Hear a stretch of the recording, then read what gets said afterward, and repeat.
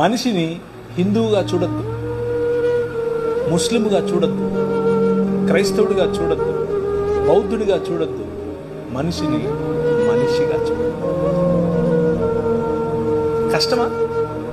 చాలా కష్టం. అమ్మో, చాలా ఈజీగా, చాలా కష్టం. మతం తట్టుకోలేదు, బట్టలు చింపేసుకుంటుంది.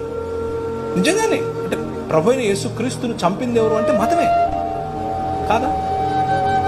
ఆమె రాంగ్. పిలాతు చేతులు కడిగేసుకున్నాడు, నాకెందుకు రా బాబు, లే చంపండి అని అన్నాడు. మతం నిజమైన మనిషిని చూస్తే బట్టలు చింపేసుకుంటాడు. ప్రధాన యాజకుడు అన్నాడు, యూదుల రాజుకు క్రీస్తు. ఏమో నువ్వు అన్నావు?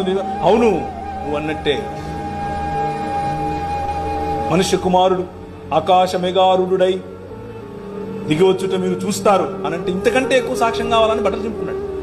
మతము తట్టుకోలేదు మనిషిని. Try to live a real human life. నిజమైన మనిషిగా బ్రతికి చూడు, మతం మెల్లిమెల్లిగా తన పట్టు కోల్పోతుంది. దట్స్ వాట్ పౌల్ చేసింది అదే.